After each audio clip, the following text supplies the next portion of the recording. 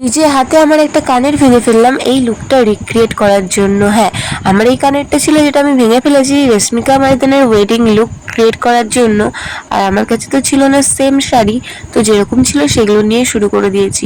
এই লুকটা রিক্রিয়েট করার অনেক দিনেরই ইচ্ছে ছিল, বাট ভাবতে ভাবতেই সময় চলে যায় যে এই জুয়েলারি আমার কাছে নেই, সেইটা নেই, এটা জোগাড় করতে হবে, এগুলো করতে করতেই দেখি যে এই ট্রেন্ডটা চলে যায়। তো যাই হোক, সবাই তৈরি করছিল এই লুকটা, তার জন্য আমিও করে নিয়েছিলাম, হালকা করে সাজগোজ করে নিয়েছিলাম। ওনার মতো তো অত সুন্দর সাজতে আমি পারিনি, বাট যেটুকু ছিল সেটুকুই করেছি। আমি জানি আমি ওনার ধারে কাছেও যেতে পারবো না, কিন্তু ওনার লুকটা রিক্রিয়েট করা যেতেই পারে। তো জুয়েলারিগুলোও পরে নিয়েছি আর মেকআপও কমপ্লিট।